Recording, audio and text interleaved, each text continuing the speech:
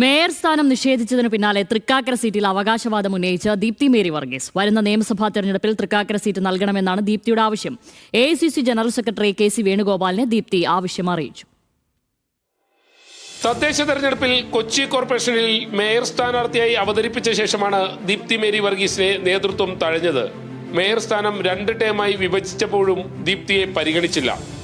ഇതോടെയാണ് തൃക്കാക്കര സീറ്റിൽ ദീപ്തി അവകാശവാദം ഉന്നയിച്ചത്.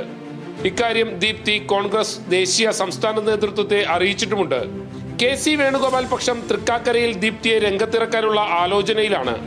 എന്നാൽ സിറ്റിംഗ് MLA ആയ ഉമാ തോമസ് സീറ്റ് വിട്ടുകൊടുക്കാൻ തയ്യാറല്ല.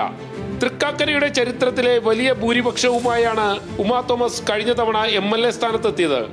ഇത്തവണ വീണ്ടും മത്സരിക്കാനുള്ള ഒരുക്കത്തിലാണ് ഉമാ തോമസ്. PT തോമസിന്റെ മരണത്തിന് പിന്നാലെയാണ് ഉമാ തോമസ് തൃക്കാക്കരയിൽ MLA ആയത്.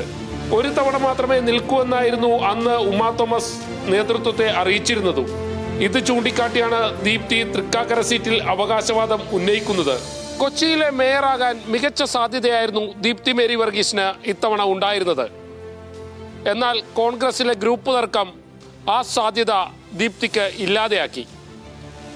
അതുകൂടി മുന്നിൽ കണ്ടുകൊണ്ടാണ് തൃക്കാക്കര സീറ്റിനായി ദീപ്തിയുടെ ഇപ്പോഴുള്ള നീക്കം. ഷാഹിൻ ആന്റണി, ന്യൂസ് മലയാളം, കൊച്ചി.